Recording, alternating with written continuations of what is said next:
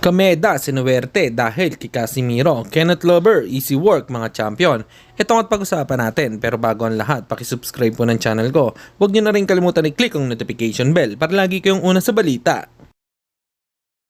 Pag-usapan nga po natin mga kaboxing, Kenneth Lover reaction sa naging laban ni Nonito Donaire Jr. at ni Seiya Tsutsumi. Ayon sa kanya ay kung sila ang maghaharap ng hapon ay nanakaut daw niya ito sa loob lang ng 4th round.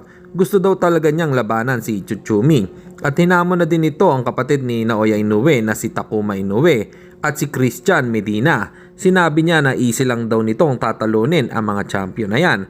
Ano po ang masasabi niyo dito mga kaboxing? Comment lang kayo sa ibaba.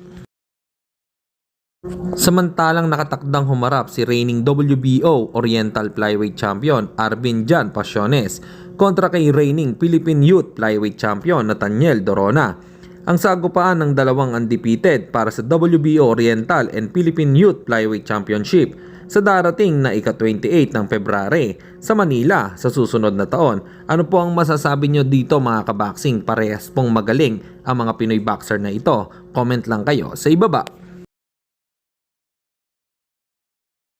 At sa kabilang balita naman tayo mga kaboxing, parehas nag-flex ng katawan ang maglalaban na si Alan Picasso at si Japanese Monster Naoya Inoue. Prediction nga po ng karamihan, knockout si Picasso dito.